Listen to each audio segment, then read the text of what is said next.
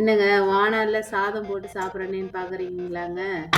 இது வந்து சின்ன வயசுல எங்க அம்மா வந்து இந்த மாரி தொக்கு இது மாரி செய்ற விஷயத்துலலாம் வந்து சாதம் போட்டு பெசஞ்சு குடுப்பாங்க. உருண்டை உருட்டி குடுப்பாங்க. இந்த மாதிரி நீங்க யாரெல்லாம் சாப்பிட்ருக்கீங்க?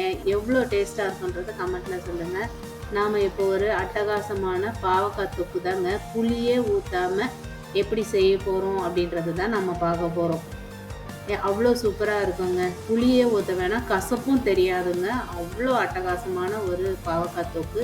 நான் 200 கிராம் பாவக்காய் எடுத்து வச்சிருக்கேன். ஒரு 2 வெங்காயம், 1 தக்காளி, ஒரு 4, 5 பல்லு பூண்டு கட் பண்ணி வச்சிருக்கேங்க. இந்த பாவக்காய் வந்து உள்ள இருக்கிற சீடெல்லாம் எடுத்துருங்க. உள்ள இருக்கிற சத பகுதியெல்லாம் எடுக்காதீங்க. ஒரு சிலதுல வந்துருது. இது மாரி சீடை மட்டும் எடுத்து கட் பண்ணி வச்சுக்கோங்க. இப்போ ஒரு வாணல்ல ஒரு 4, 5 ஸ்பூன் எண்ணெய் போட்டுக்கலாங்க. இது நல்லா வந்து காஞ்ச பிறகு ஒரு 1/2 ஸ்பூன் அளவு கடுகு, கொஞ்சம் போல் கருவேப்பிலை போட்டுட்டு நம்ம கட் பண்ணி வச்சுருக்கிற பூண்டு போட்டுட்டு இது வதங்கின பிறகு வெங்காயம் கட் பண்ணி வச்சுருக்கோம் இல்லைங்களா, அதை போட்டுக்கலாங்க. இதை வந்து நம்ம பொன்னிறமாக வதக்கலாம்.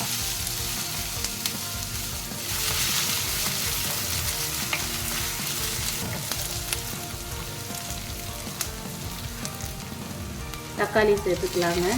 இந்த தக்காளி மேஷ் ஆகிறதுக்கு நம்ம கொஞ்சம் போல் சால்ட் ஆட் பண்ணிக்கலாம். தொக்குக்கு எவ்வளோ தேவையோ அந்த அளவுக்கு சால்ட்டை ஆட் பண்ணிக்கோங்க.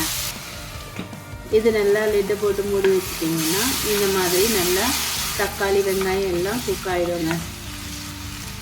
இப்போ நம்ம கட் பண்ணி வச்சுருக்கிற பாவக்காவை சேர்த்துக்கலாங்க. தண்ணியே விடாமல் ஒரு 5-6 நிமிஷம் நல்லா இதை வந்து வதக்கி விட்டுக்கிட்டே இருக்கணுங்க.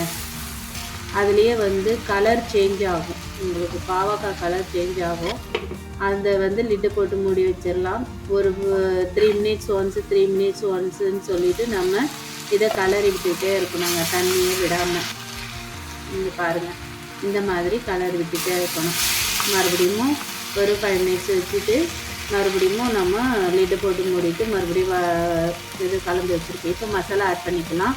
1.5 ஸ்பூன் அளவுக்கு மிளகாத்தூள், காஷ்மீரி சில்லி 1/2 ஸ்பூன், கொஞ்சம் போல் மஞ்சள் பொடி, இதை போட்டுட்டு நல்லா வதக்கிடலாங்க. இதுவும் நல்லா கலந்து விட்ட பிறகு நம்ம தண்ணி விட போகிறோங்க. தண்ணி வந்து நிறைய விடணுன்ற அவசியம் இல்லை. இது வந்து ஒரு 1/2 கப் அளவுக்கு ஊற்றினா போதுங்க. இதுலேயே வந்து ஒரு 1/4 பங்கு பாவக்காய் வந்து வெந்து போயிடும். இன்னும் கொஞ்சமாக வேகிறதுக்கு தான், ஒரு 3/4 பங்கு வேகிறதுக்கு தான் நாம் கொஞ்சம் தண்ணி போட வேண்டியது இருக்குது. இதை வந்து அப்படியே மூடி வச்சிடலாங்க. இது வந்து ஒரு 5 மினிட்ஸ் ஒன்ஸ் வந்து நம்ம கலரி விட்டுக்கிட்டே இருக்கணும், இல்லைன்னா அடிப்பிடிக்கும். ஸோ அதை வந்து நம்ம தண்ணி கம்மியாக போட்டிருக்கிறதுனால. இப்போது நல்லா வெந்துருச்சுங்க. இப்போ நம்ம லிட்டு போட வேண்டியதில்லை. இதை அப்படியே வதக்கி விட்டுட்டு இருந்தோம்னா சுருண்டு வருங்க. பாருங்கள், இது மாதிரி பாவக்காய் நல்லா வெந்து சூப்பராக இருக்குது. இந்த ஸ்டேஜ்லேயும் நீங்கள் எடுத்துக்கிறதா எடுத்துக்கலாம். இன்னும் கொஞ்சம் நல்லா வதங்கி எடுத்தோம்னா சூப்பராக இருக்குங்க. நம்ம புளியெலாம் எதுவுமே ஊற்ற போகிறது கிடையாது. வெங்காயம், தக்காளி, இந்த பாவக்காய், மசாலா ஐட்டம் இது மட்டும்தாங்க. அவ்வளோ சூப்பராக இருக்கும். கசக்கவே கசக்காதுங்க. நீங்கள் வேணால் பாருங்கள், அவ்வளோ சூப்பராக இருக்குங்க. எல்லோரும் விரும்பி சாப்பிடுவாங்க. இதை வந்து சாதத்தில் அப்படியே போட்டு கனைஞ்சி சாப்பிட்லாங்க.